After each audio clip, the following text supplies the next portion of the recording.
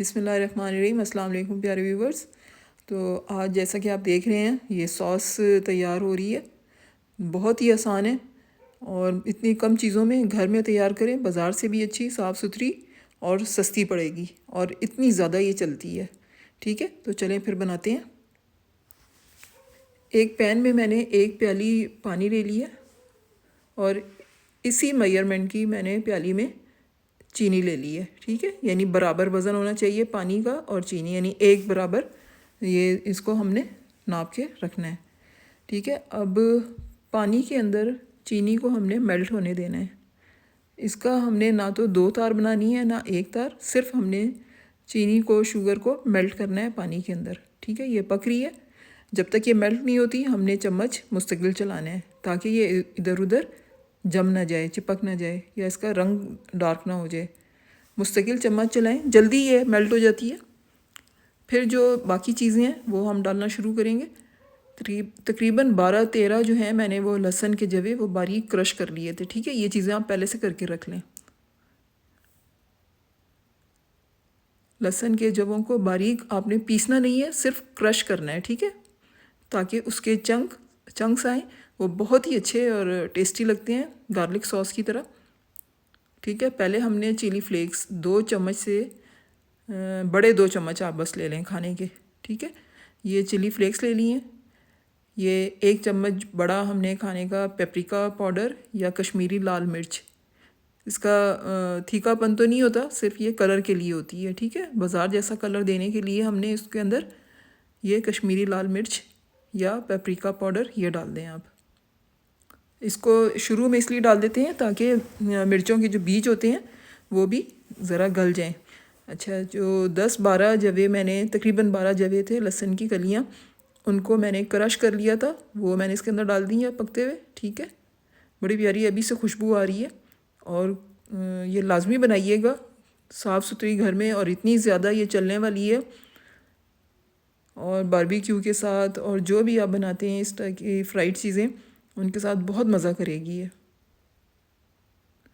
इसको थोड़ी देर हमने पकाना है, फिर मैं और चीज़ें भी साथ साथ आपको बताती जाती हूँ क्या क्या डालना है। वीडियो को बिल्कुल स्किप ना कीजिएगा, पूरी वीडियो देखें। बिल्कुल छोटी सी बनाई है इसीलिए ताकि मुकम्मल देख सकें और चीज़ें नोट कर लें कि क्या क्या हम इसके अंदर डालते जा रहे हैं।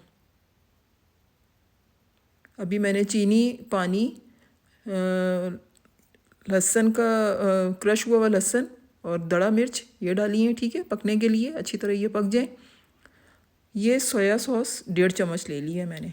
ठीक है, और ये सिरका भी 1.5 चम्मच ही ले लिया। ये केचप है, ये 1 बड़ा चम्मच ले लिया। ठीक है, ये भी टेस्ट डेवलप करने के लिए।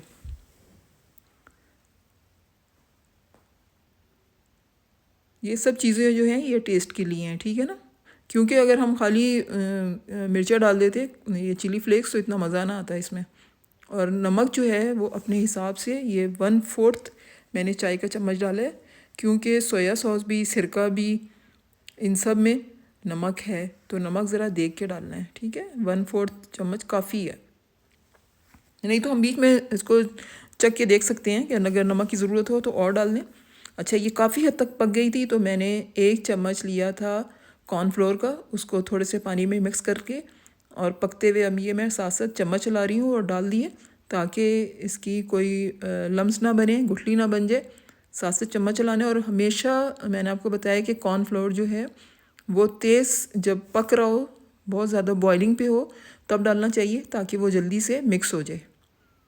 और अब ये गाढ़ापन के लिए डालते हैं। ठीक है, नहीं तो आप पकाते रहेंगे और क्या होगा कि वो बिल्कुल चीनी जो है वो सख्त हो जाएगी। ठीक है, इसलिए हम इसमें सेलरी जिसको हम कहते हैं वो मैंने डाल दिया था।